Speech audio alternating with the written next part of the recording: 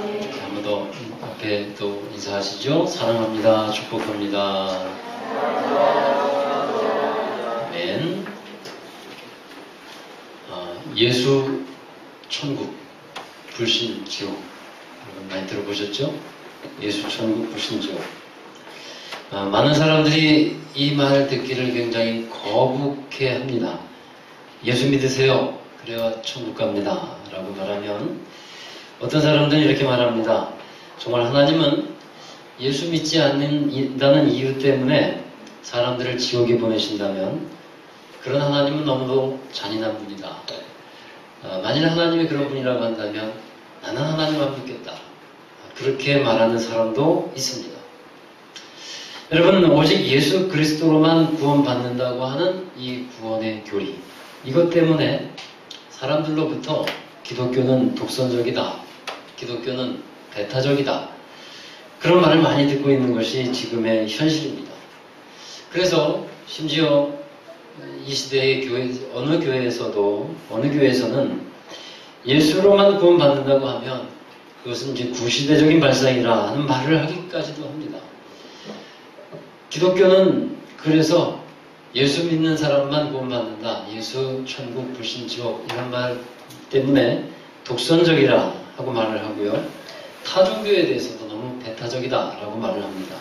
여러분 많이 들어보셨고 또 여러 사람들을 통해서 비판이라든가 논쟁을 했던 말들이 아닐까 싶습니다. 독선적이라 하는 말에 사전적인 의미를 찾아봤어요. 독선이라는 것은 자기만이 옳다고 믿고 행동하는 일이다 라는 의미를 갖고 있습니다. 그러면 여러분 과연 우리의 신앙은 독선적인가 라는 말을 여러분 한번 생각해 보십시오. 비기독교인 뿐만 아니라 거의 대부분의 모든 사람들은요, 신앙인을 포함해서 독선적인 것을 싫어합니다. 대부분의 사람들은 싫어합니다. 다른 사람을 배타적으로 대하는 것을 사람들은 좋아하지 않습니다. 따라서 우리는 기독교인, 그리스도인들인 우리는 다른 사람을 대할 때에 독선적으로 대하지 말아야 합니다. 나만이 옳다라고 여기고 나만의 주장을 하는 것은 옳지 않죠. 또 타 종교인에 대해서도 배타적인 모습을 보이지 말아야 합니다. 여러분 우리 주변에 얼마나 많은 타 종교인들이 많습니까? 여러분이 같이 살고 있는 사람들 중에도 타 종교인이 있을 거예요. 그런 사람들과 함께 살아가고 있습니다. 그래서 그런 사람들은 배척의 대상이 아닙니다. 분명히 해야 될 것이 있어요. 그들은 배척의 대상이 아니라 사랑의 대상인 겁니다. 그들은 하나님의 은혜의 대상이라 하는 말씀입니다. 이것이 우리가 독선적으로 또 배타적으로 살아가지 말아야 하는 우리의 신앙인의 모습입니다. 그러나 독선적, 배타적인 점에서 이 구원에 관한 한 양보할 수 없는 것이 하나 있죠. 그것을 양보할 수는 없어요. 뭐냐면 예수 그리스도로 말미암은 구원, 그것이 예수 천국 불신 지옥으로 그렇게 표처럼 나타내지는 것이라 할지라도, 그것이 사람들에게 독선적인 것처럼 보인다 할지라도 예수 그리스도로 말미암는 구원, 이것은, 이 진리는 우리가 포기할 수가 없는 것이죠. 만약에 이것 때문에 사람들에게 우리가 독선적으로 보이고 있다, 그래서 독선적으로 보이지 않으려고 한다면 예수 그리스도로 말미암는 이 구원, 이 진리를 내려놓아야만 합니다. 이것을 버리지 않고서는 사람들이 독선적이라는 말을 늘 우리는 듣게 될 겁니다. 우리가 예수 그리스도를 믿는 믿음으로 말미암는 구원을 내려놓기 시작할 때 세상의 많은 사람들이 우리를 칭찬하기 시작할 거예요. 바로 그거다. 그렇게 가는 것이다. 그리고 세상 사람들은 칭찬하기 시작할 겁니다. 역시 당신들은 마음이 넓은 사람들이고 포용적이다. 그렇게 사람들이 여기고 생각하게 될 겁니다. 그러나 그렇게 예수 그리스도로 말미암는 유일한 구원을 내려놓게 될 때에 성경은 우리에게 분명하고도 큰 소리로 말합니다. 요한복음 14장 6절에서 이렇게 말씀하고 있습니다. 읽어보시죠. 내가 곧 길이요 진리요 생명이니 나로 말미암지 않고는 아버지께로 올 자가 없느니라. 아멘. 예수님은 자신이 길이다 라고 분명하게 말씀했습니다. 내가 곧 길이요 라는 이 말을 영어 성경에 보면 I am the way 라고 말을 하고 있어요. I am the way. 여러분 영어를 조금 공부해 보신 분들은 정관사 the와 부정관사 어의 차이를 아실 겁니다. 이 정관사 the는 바로 유일하다는 거예요. 바로 그것이라는 거예요. 그래서 the way 하면 바로 그 길이라는 뜻이에요. 내가 그 길이다. I am a way. 그렇게 말씀하지 않으시고 I am the way. 내가 그 길이다. 구원의 그 길이라고 분명히 예수님께서 말씀하고 계시다는 거예요. 그러나 세상에서 하는 말은 어떻습니까? 구원으로 가는 길은 한 길이 아니라 여러 갈래의 길이 있다. 그렇게 세상에서는 말을 하고 있어요. 예수를 믿는 그 길은 많은 길들 중에서 한 개의 길일 뿐이다. 그래서 one of them, 많은 것들 중에 하나다. 그렇게 사람들이 얘기를 해요. 그것을 뭐라고 하냐면 다원주의라고 부릅니다. 다원주의. 여러분 다원주의 참으로 무서운 사상입니다. 꼭 예수만이 구원이 될 수 없다는 것이죠. 불교에도 구원이 있고 이슬람에도 구원이 있고 다른 것에도 구원이 있다는 겁니다. 우리가 불교 신자, 이슬람 신자, 다른 종교를 갖고 있는 신자들을 배척하고 살아가지 않고 배타적으로 살아가지 않고 그들을 사랑의 대상으로 여기고 기도해주고 또 포용하고 그렇게 살아가야 하지만 그들이 갖고 있는 구원의 진리는 우리가 받아들일 수는 없다는 거예요. 그것이 독선적으로 보일지라도 이것을 포기하면 이거는 우리는 이미 신앙인이 아니고 이미 교회가 될 수 없기 때문에 그것을 내려놓을 수는 없다는 말씀이죠. 사람들이 말합니다. 진리는 하나가 아니라 여러 개다. 진리는 상대적인 것 아니겠냐. 절대적인 것이 어딨냐. 라고 말을 하고 있어요. 여러분 세속적인 죄의 물들도 참 무서운 것입니다만 우리가 참으로 경계하고 깨어 있어야 하는 것은 이 다원주의적인 신앙입니다. 보기는 너무 달콤해 보이고 참 좋아 보입니다. 그러나 이 모든 것들이 간과하고 있는 것이 있어요. 그것이 뭐냐면 인간의 죄성입니다. 사람이 스스로 무언가를 이루어서 선하게 되어보려고 하는 것.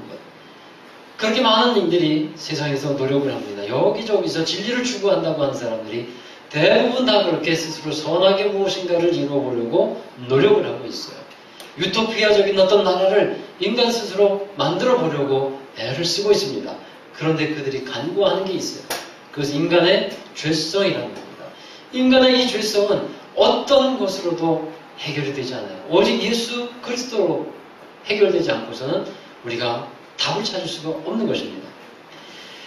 죄의 문제가 해결되지 않은 채 스스로 노력해서 선해질 수 있다고 하고 구원을 얻을 수 있다고 하는 것은 결국에 가면 헛되고 헛될 뿐이라 하는 것입니다. 성경에서 말하고 있는 것이 무엇입니까? 로마서 3장 23절에 이렇게 말씀하고 있어요. 앞에 나와있죠? 같이 읽어보겠습니다. 모든 사람이 죄를 범하였음에 하나님의 영광에 이르지 못하더니. 아멘. 모든 사람이 죄인이기에 스스로 구원받을 수 없다는 것을 말씀하고 있어요. 그래서 하나님이 세상에 있는 모든 사람을 위해서 독생자 예수 그리스도를 보내주셨습니다. 요한복음 3장 16절 하나님이 세상을 이처럼 사랑하사 독생자를 주셨으니 이는 그를 믿는 자마다 멸망하지 않고 영생을 얻게 하려 하시니라. 아멘. 하나님의 독생자 예수 그리스도가 우리의 모든 죄를 담당하시고 죽으심으로써 우리는 하나님의 자녀가 되고 구원받은 하나님의 나라의 사람이 된다는 거예요.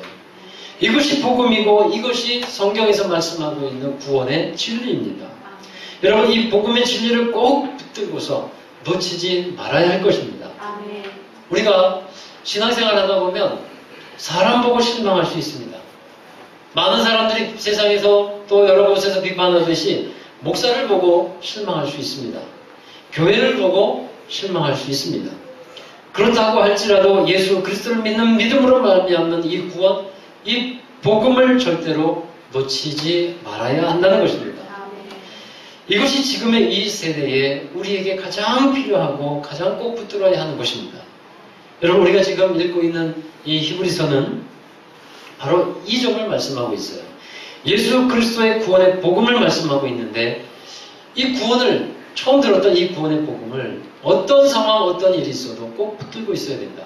그렇지 않으면 흘러 떠내려가는 자가 된다라고 말씀하고 있죠. 그래서 흘러 떠내려가는 자를 다른 말로 하면 이 구원에 이르지 못하는 사람들이 있을 것이다 라고 경고하고 있는 거예요. 오늘 읽은 말씀 4장 1절을 한번 보시기 바라요. 읽어봅니다. 그러므로 우리는 두려워할지니 그의 안식에 들어갈 약속이 남아 있을지라도 너희 중에 혹 이르지 못할 자가 있을까 하니라.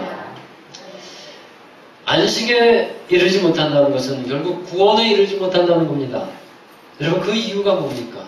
구원에 왜 이르지 못할까요? 그것을 2절에서 이렇게 말씀하고 있어요. 이어서 읽습니다. 그들과 같이 우리도 복음 전함을 받은 자이나 들은 바 그 말씀이 그들에게 유익하지 못한 것은 듣는 자가 믿음과 결부시키지 아니하리라. 아멘. 복음의 말씀을 듣는 사람이 이제 믿음을 가지고서 그 믿음을 가지고 말씀을 만나게 될 때 그때의 구원의 자리로 나아갈 수 있게 되는 것이고 열매가 맺히게 된다는 거예요. 2절에서 말씀하고 있는 그들, 이 그들이 차적으로 누굽니까? 구약에 나오는 이스라엘 백성들이에요. 특히 애굽에서 노예로 종살이를 하고 있다가 홍해를 건너서 광야로 나오게 된 이스라엘 사람들을 말하고 있어요. 6절에서도 보면 4장 6절에 보면 같은 말씀이 나옵니다. 또 한번 읽어보시죠. 그러면 거기에 들어갈 자들이 남아 있거니와 복음 전함을 받은 자들은 순종하지 아니함으로 말미암아 들어가지 못하였으므로. 여러분 복음 전함을 받은 자들이라고 했어요. 그러면 이 사람들은 누굽니까? 이 사람들도 바로 구약시대에 광야에 있었던 사람들이에요. 구약시대 사람들은 율법시대의 사람들이라고 생각하고 살아가기가 쉽죠. 복음은 신약에 와서 예수님으로 인해서 전해진 것이라고 생각하기가 쉽습니다. 그러나 여러분 구약의 사람들에게도 복음이 먼저 전해졌다는 것을 우리는 알아야 합니다. 이스라엘 사람들이 광야에서 만나를 먹었습니다. 하나님께서 만나를 주신 것은 율법 이후의 일이 아니고 율법 이전의 일이에요. 시내산에서 모세가 율법을 받았는데 그 전에 신광야라는 곳에 있을 때에 하나님께서 그들에게 만나를 주십니다. 율법이 주어지기 전에 만나를 주셨다는 것을 우리가 주목해야 돼요. 그리고 그 만나는 생명의 떡이 되시는 예수 그리스도를 예표하는 것이었어요. 이미 모세는 그 점을 분명하게 말씀하고 있어요. 자, 신명기 8장 3절입니다. 읽어보시죠. 너를 낮추시며 너를 줄이게 하시며 또 너도 알지 못하며 내 조상들도 알지 못하던 만나를 내게 먹으신 것은 사람이 떡으로만 사는 것이 아니요 여호와 입에서 나오는 모든 말씀으로 사는 줄을 내가 알게 하려 하십니다. 아멘. 그 말씀, 사람이 만나를 먹으면서 그 말씀을 생각하게 하신다. 사람이 그 말씀을 통해서 산다는 것을 깨닫게 하시기 위해서 만나를 주셨다는 것을 말씀하고 있습니다. 여러분 그 말씀은 곧 예수 그리스도를 가리키고 있습니다. 예수님은 말씀하셨어요. 내가 하늘에서 내려온 살아있는 생명의 떡이다. 이것을 주님께서 말씀하고 있어요. 지금 히브리서 기자는 이 점을 우리에게 말씀하고 있어요. 이스라엘 백성도 율법을 알기 전에 복음을 받았다는 겁니다. 그들이 복음을 받은 자들이에요. 그런데 그 복음, 그 말씀을 믿음으로 결부시키지 않았어요. 그래서 그들은 하나님의 안식, 구원에 대한 은총을 이제 받지 못했다는 것이죠. 여러분, 믿음이라는 것은요, 주님의 은총에 대한 화답입니다.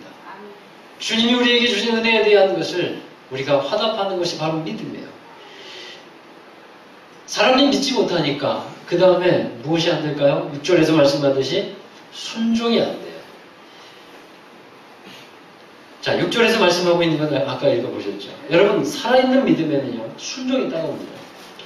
말씀에 대한 믿음과 순종, 이것은 언제나 함께 오는 것이에요. 그래서 본회퍼라는 신학자가 이런 유명한 말을 남겼는데, 믿는 자는 순종하는 자이고, 순종하는 자는 믿는 자이다.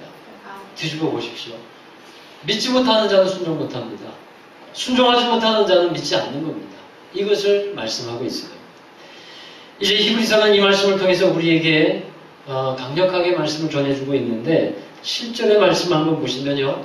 왜 이들이 믿음을 갖고 순종하지 못했는지를 말씀하고 있습니다. 히브리서 4장 7절 읽어보겠습니다. 오랜 후에 다윗의 글에 다시 어느 날을 정하여 오늘이라고 미리 이같이 읽었으되 오늘 너희가 그의 음성을 듣거든 너희 마음을 완고하게 하지 말라 하였나니. 아멘. 오늘 그의 음성을 듣거든. 바로 지금 우리에게 해당되는 말씀이에요.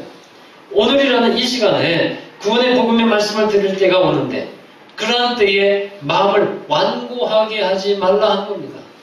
그러면 혹시 주님의 구원, 주님의 안식에 완고하게 해서 주님의 안식에 들어가지 못하는 자가 있을까? 두렵다 하는 말씀이에요. 여러분, 왜 사람들이 믿음과 순종의 삶을 살지 못합니까? 완고한 마음 때문이에요. 왜 사람들이 복음을 받아들이지 못합니까? 마음이 완고하기 때문입니다. 왜 하나님은 은혜의 담비를 우리에게 풍성하게 부어주시는데도 은혜를 받아들이지 못합니까?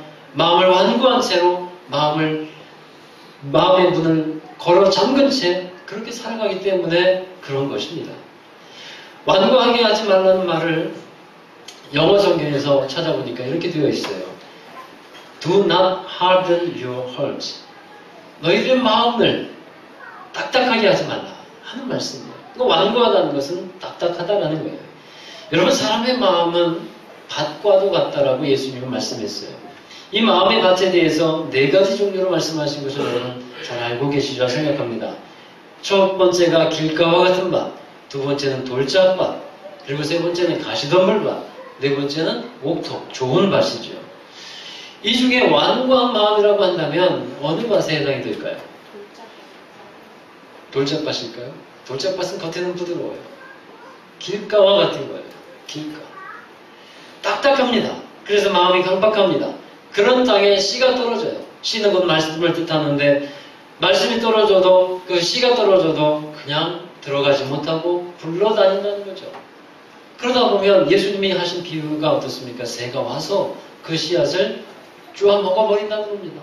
그 해석이 뭡니까? 예수님이 나중에 해석을 해주셨는데 마귀가 와서 말씀을 뺏어간다는 거예요. 그러면 그 딱딱했던 마음이 녹아지지 않고 또 부드러워지지 않는다는 것이죠. 은혜가 들어가지 않는다는 거예요. 여러분, 아무리 은혜로 말씀을 듣는다고 해도 예수 그리스도에 대한 마음, 교회에 대한 마음, 또 교인에 대한 마음, 이런 것들이 굳어져 있을 때는요, 마음이 굳어져 있을 때는 말씀이 들어가지 않아요. 그 말씀이 곧 생명의 떡이 되시는 예수 그리스도인데 그 말씀이 들어가야 그 사람 안에서 예수 그리스도의 생명의 역사가 일어나는 것인데 들어가지 않으니까 속에서 여전히 그 죽음과 또 어둠 속에서 살아가고 있게 된다는 거예요.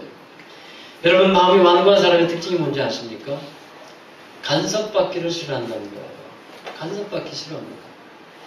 다른 사람의 말을 듣는 것을 싫어합니다. 그래서 뭔가 좀 길게 말을 하면 주로 하는 말이 뭐냐 하면 설교하지 말라고 합니다. 그래서 여러분이 설교를 짧게 하는 걸 좋아하는지 모르겠어요. 여러분, 자아가 깨어지지 않습니다. 그래서 자기의 생각이 강한 거예요. 자기의 생각을 내려놓으려고 하지 않습니다. 자기 주장이 강합니다. 그러다 보면 공격적인 성향이 강하게 돼요.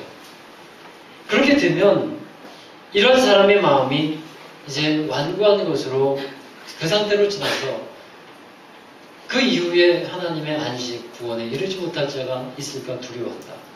믿음과 순종으로 그것이 말씀이 합해지지 않아서 주님의 안식에 들어가지 못할까 두렵다. 이것을 오늘 우리에게 전해주고 있는 겁니다. 여러분, 그러면 사람의 마음이 이렇게 완고하게 되는 이유가 무엇일까요? 그것은 크게 2가지입니다. 첫 번째는 죄 때문에 그래요. 자, 히브리서 3장 13절의 말씀인데 3장 13절 읽어보시겠습니다. 오직 오늘이라는 일거는 동안에 매일 피차 권면하여 너희 중에 누구든지 죄의 유혹으로 완고하게 되지 않도록 하라. 아멘. 누군가 떡을 주면요, 부드러운 그렇게 방앗간에서 만들어 온 떡을 주면 그것을 먹고 남겨서 식탁 위에 놔두면 한 몇 시간 지나면 딱딱하게 굳어집니다. 그렇듯이 사람이 자꾸만 죄의 유혹에 노출되면요, 그 죄에 대해서 사람이 무감각해지기 시작해요. 살에 묻은 살을 먹이면 감각이 둔해지듯이 죄에 대해서 민감함을 잃어버리고 살게 된다는 거예요. 그리고 자기와 같은 모습으로 살아가는 많은 사람들, 나쁘다고 잘못됐다고 여기는 것이 아니라 옳게 여기고요, 오히려 빗된 삶을 살아가는 사람들을 핍박하게 됩니다. 여러분, 가룟 유다를 한번 생각해 보십시오. 그는 점점 마음이 딱딱해져간 대표적인 사람이에요. 예수님께서 초유 만찬 때 떡을 직접 떼어서 가룟 유다에게 주셨어요. 그리고 가룟 유다의 발을 정성스럽게 씻겨주셨어요. 어느 학자에 의하면 예수님의 12제자 가운데 누구의 발을 가장 먼저 씻겼을까? 가룟 유다의 발이라는 거예요. 누구의 발을 가장 나중에 씻겼을까요? 베드로다. 그렇게 해석하는 사람도 있어요. 가장 먼저 씻겼다는 것은 주님의 마음에 먼저 돌아오기를 그렇게 기다리면서 사랑을 베풀었다는 거예요. 그런데 그는 그 마음을 풀지 않았습니다. 죄에 대한 민감함과 죄를 회개하는 마음을 갖지를 못했어요. 그래서 그가 그렇게 떨어져 나간 사람이 된 거죠. 여러분, 또 소돔과 고모라 성에 살고 있었던 롯이라는 사람을 한번 생각해 보십시오. 그는 그곳에 살면서 어떤 물질적인 번영은 이루었을지 모르겠습니다. 그 지역이 잘 사는 곳이니까. 그런데 그가 그 죄가 반영한 그곳에 살면서 그 마음이 항상 상함을 입었다라고 베드로서에서는 말하고 있어요. 늘 마음이 상했어요. 그 얘기는 뭡니까? 마음이 답답하고 완고한 채로 그렇게 살았다는 거예요. 여러분, 이러한 죄 가운데 살아가는 우리의 모습이 있다면 우리는 항상 주님의 말씀 앞에 서야 할 줄로 믿습니다. 주님의 말씀 앞에 서서 나 자신을 말씀 앞에 비춰가야 돼요. 하나님의 말씀에 어떠한 은혜가 있는지 여러분 한번 말씀을 통해서 여러분 자신을 보아야 합니다. 그러면 한번 보십시오. 어떤 은혜가 있습니까? 히브리서 4장 12절 말씀인데요. 읽어봅니다. 하나님의 말씀은 살아있고 활력이 있어 좌우의 날선 어떤 검보다도 예리하여 혼과 영과 및 관절과 골수를 찔러 쪼개기까지 하며 또 마음의 생각과 뜻을 판단하나니. 아멘. 여러분, 길가와 같은 이 완고한 마음의 밭이 좋은 밭이 되기 위해서는 갈아엎어줘야 돼요. 반드시 갈아엎어줘야 됩니다. 그렇지 않고서는 여전히 길가와 같은 딱딱한 밭으로 지낼 수밖에 없습니다. 삽을 사용해서 뒤집어 엎거나 쟁기로 갈아엎듯이 하나님의 말씀을 통해서 그의 마음밭이 기경이 되어야 돼요. 하나님의 말씀이 그 사람에게 들어가야 합니다. 그리고 그 혼과 영과 관절 부분을 찔러 쪼개는 그 역사를 말씀을 통해서 경험해야 합니다. 그렇게 되면 자신이 말씀 앞에 서면서 어떠한 존재인가를, 어떠한 삶을 살아가는가를 분명히 볼 수 있게 된다는 거예요. 여러분, 항상 우리는 하나님의 말씀 앞에 여러분 자신을 비춰보아야 할 것입니다. 말씀 앞에 서보면서 내가 그동안 의롭다고 생각했고 선하다고 생각하면서 살아갔던 것, 아무 문제가 없는 것처럼 살아왔었는데 이제 하나님의 말씀 앞에 서보니까요, 하나님 앞에 그 다음 말씀처럼 벌거벗은 것처럼 내가 드러나는 거예요. 여러분, 하나님의 말씀 앞에서 자신의 죄인됨을 깨닫고 알게 되는 그 순간이 하나님의 은혜가 가장 강력하게 임하는 순간인 것입니다. 어떤 사람에게 복음이 필요합니까? 모든 사람에게 복음이 필요합니다. 그러나 여러분, 그럴까요? 아니에요. 모든 사람에게 복음이 필요하죠. 그러나 더 구체적으로 자신의 죄인됨을 깨닫는 사람에게만 복음이 필요한 거예요. 자신의 죄인됨을 깨닫지 못하는 사람은 복음이 길가와 같이 그냥 굴러가는 그런 씨앗과 같은 결과가 될 수밖에 없어요. 자기가 죄인됨을 알지 못하면 결코 그 복음의 역사가 일어나지 않는다는 겁니다. 사랑하는 여러분, 저와 여러분이 늘 항상 하나님의 말씀 앞에 점검받는 삶이 되기를 원합니다. 내가 죄인됨을 깨닫고 알게 되면요, 다른 사람을 정죄할 수가 없어요. 나의 눈에 들보가 있는데 다른 사람의 눈에 들어있는 티끌 보고 뭐라 할 수 있겠습니까? 여러분, 우리 이 죄로 인해서 완고해졌던 마음이 있다면 말씀으로 기경되어지는 은혜가 있게 되기를 주의 이름으로 축원합니다. 두 번째로 마음을 완고하게 만드는 것이 있어요. 그것은 연약함 때문입니다. 사람마다 연약함이 있는데 그 연약함으로 인해서 아픔과 상처를 당하게 됩니다. 강하지 못하기 때문에 받는 상처들이 많습니다. 영육간에 약할 때 받는 그런 상처들이 참 많아요. 특히 연약감 때문에 사람들 간에 서로 아픔을 줍니다. 상처를 주는 관계가 돼요. 자기보다 강한 사람에게는 상처를 주지를 않습니다. 그런데 약한 사람들에게 상처를 많이 줘요. 여러분, 나의 연약함을 감싸주고 안아줄 수 있는 사람이 좋지, 나의 연약한 부분을 더 때리고 부끄럽게 하는 것, 그런 사람을 보통 사람들은 거부하고 싫어합니다. 제가 목회를 하면서 안타까운 것은요, 사람들 간에 서로 상처받고 상처 주는 관계로 사는 거예요. 그것이 참 안타까운 모습입니다. 서로 간에 왜 먼저 손 내밀지 못할까? 서로 간에 먼저 왜 다가가서 사랑으로 품어가지 못할까? 참 마음에 안타까움이 있어요. 왜 근데 먼저 손 내밀지 못하는지 아세요? 그것을 보니까 상처받을까 봐 그래요. 내가 먼저 손 내밀어서 거절하면 어떡할까? 저 사람이 또 다른 상처 주는 말을 하면 어떡할까? 그 두려움이 참으로 크다는 것을 알게 됩니다. 여러분, 좋은 마음의 밭, 좋은 땅은 어떻습니까? 다른 사람의 연약함을 감싸주는 거예요. 그것이 좋은 땅입니다. 그래서 가장 좋은 마음은요, 주님의 마음인 줄로 믿습니다. 주님은 우리의 모든 연약함을 다 감싸주셔요. 허물도 있지만 괜찮다고 말씀해 주셔요. 그리고 다시 기회를 주시고 다시 시작하자, 그렇게 하나님께서 말씀하시고 이끌어 주시는 거예요. 여러분, 마음이 어려울 때, 마음의 시험이 찾아올 때 따라서 우리는 주님을 바라봐야 하는 겁니다. 사람 바라보면 더 어려워질 수 있잖아요. 그러니까 사람 보지 말고 주님 바라보자 하는 거예요. 그리고 또한 주님이 하신 일을 보아야 합니다. 주님이 어떤 일을 하셨습니까? 히브리서 4장 15절 읽어봅니다. 우리에게 있는 대제사장은 우리 연약함을 동정하지 못하신 이가 아니요 모든 일에 우리와 똑같이 시험을 받으신 이로되 죄는 없으시니라. 아멘. 이 동정하다라는 말은 개역 성경에 치유하다는 말로 되어 있는데 몸소 체험하셨다는 겁니다. 우리의 연약함을 주님께서 모두 다 경험하신 분이기 때문에 이제 그 연약함을 경험하셨기에 우리를 고통을 아시고 우리를 대변해 주실 수 있고요. 우리의 사정을 알고 계시기 때문에 우리를 도우실 수 있는 분인데 그분이 대제사장이다. 바로 예수 그리스도다라고 말씀하고 있어요. 사랑하는 여러분, 마음의 완고함, 이것이 큰 문제입니다. 잠언 4장 23절에 이런 말씀이 있죠.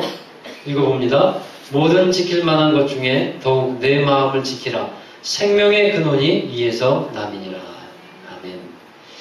마음에 딱딱하게 굳은 부분, 완고한 것을 말씀으로 기경해야 돼요.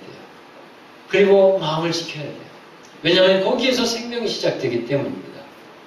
여러분, 기경한다는 것은요, 주님이 주신 말씀을 믿음으로 받아들이고 믿음으로 화합하는 것입니다. 그러면 길가와 같은 밭이 좋은 땅으로 바뀔 수 있는 소망이 생기는 거예요. 할렐루야. 여러분, 좋은 마음 됩시다. 좋은 땅이 됩시다. 열매만 바라보지 말고요. 열매는 나중에 좋은 땅이 되면 저절로 맺히게 됩니다. 주님의 말씀이 들어가고 좋은 땅에 심겨지게 되면 열매는 저절로 맺히게 되는 거예요. 땅을 바라봐야지 열매를 바라보는 게 아닙니다. 여러분, 좋은 마음이 되어서 우리 안에 말씀하신 그 말씀을 믿음으로 만나서 결합하게 되고, 그리고 결과적으로 주님이 기뻐하시는 열매들이 삶의 여러 부분에 맺혀지기를 주의 이름으로 축원합니다. 이렇게 좋은 땅이 된 사람은요, 하나님의 은혜를 받기를 즐거워해요. 그것이 오늘 16절에 나오는 말씀인데, 제가 4장 16절에 이 말씀이 결론처럼 되어 있는데 우리 함께 읽어보시죠. 그러므로 우리는 긍휼하심을 받고 때를 따라 돕는 은혜를 얻기 위하여 은혜의 보좌 앞에 담대히 나아갈 것입니다. 아멘.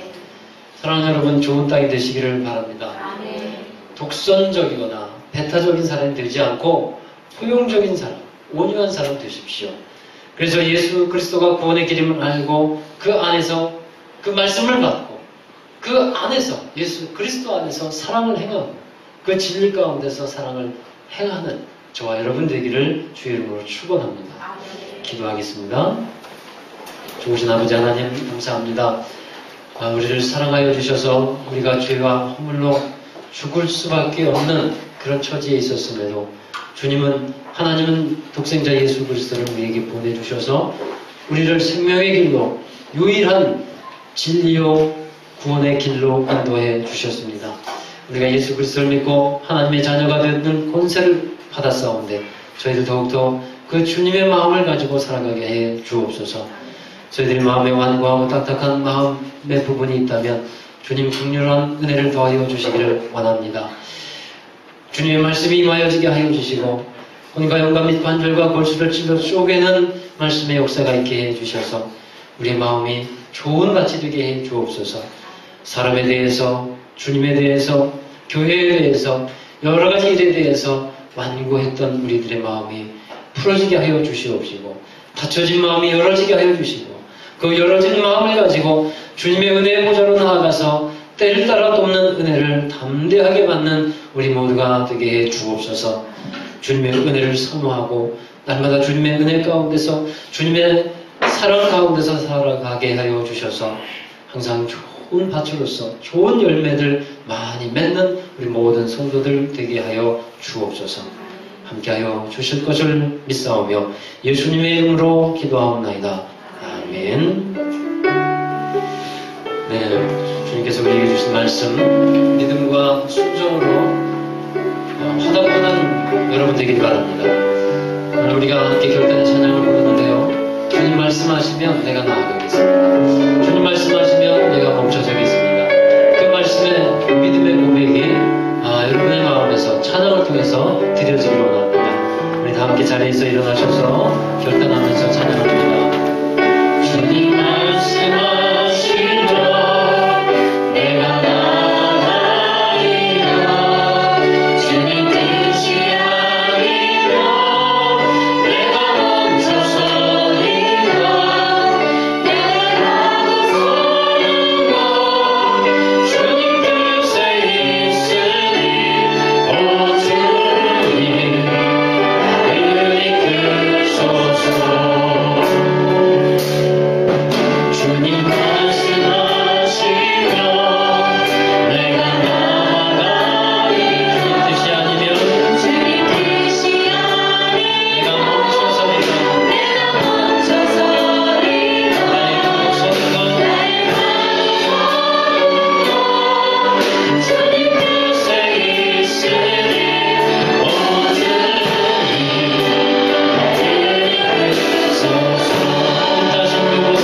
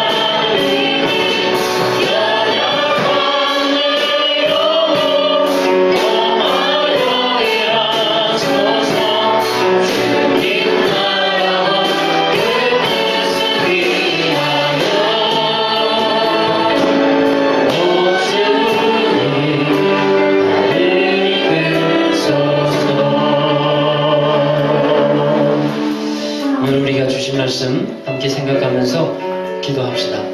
우리 마음을 완고하게 하지 말라. 오늘이라고 일컫는 이 시간에 주님의 말씀을 듣거든 마음을 완고하게 하지 말고 주님의 말씀을 믿음으로 합하라고 말씀해 주십니다.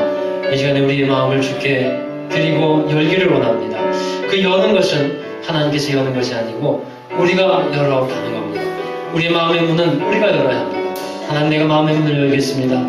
주님의 말씀을 믿음으로 받아들이게 해 주옵소서. 그리고 그 말씀을 통해서 우리의 삶이 새롭게 기경되게 해주시고 좋은 밭이 되어서 하나님이 맺게 하시는 귀한 열매 맺어가는 우리 모두가 되게 해달라고 우리 함께 통성으로 결단하면서 기도하겠습니다. 감사하신 하나님, 우리에게 가까이 주신 귀한 말씀 감사드립니다. 하나님께서 우리에게 주신 말씀, 그 구원의 복음을 믿음으로 받아들이길 바랍니다. 우리 마음을 엽니다. 주님, 하나님 주시옵소서. 말씀으로 귀하여 주시옵소서. 가장하고 완고했던 믿음과 우리 주님의 말씀으로 주옵소서. 새롭게 하여 주시옵소서. 하나님, 우리 마음을 하나님께서